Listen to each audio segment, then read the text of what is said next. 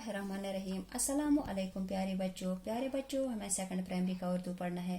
प्यारे बच्चों, कल हमने इसका क्वेश्चन नंबर 2 किया था, आज हमें क्वेश्चन नंबर 3 करना है। क्वेश्चन नंबर 3 है मिसाल देकर हुरूफ मिलाई। यहाँ पर मिसाल दी गई है, इसी स्टेप को हमें फॉलो करना है। खाय रे गा फा शीन यानी खरगोश, इसको अलग अलग करके लिखा है, अब इसको मिलाकर लिखना है यहाँ पर। इसी तरह दूसरा लफ्ज है दाल वाव सीन ते ये ती हो गया दोस्ती, यहाँ पर हमने लिखा है दोस्ती। इसी तरह अलिफ हाय सीन अलिफ सीन हो गया एहसास। इसी तरह यहाँ पर और एक लफ्ज है दाल वाव सीन रे बुढ़िए रे हो गया दूसरे। प्यारे बच्चों, आज हमने सीखा कि अलग अलग हरूफ जो होते हैं इनको कैसे मिलाकर हम लिखते हैं। फिर से रिपीट करते हैं, खरगोश, दोस्ती, एहसास, दूसरे।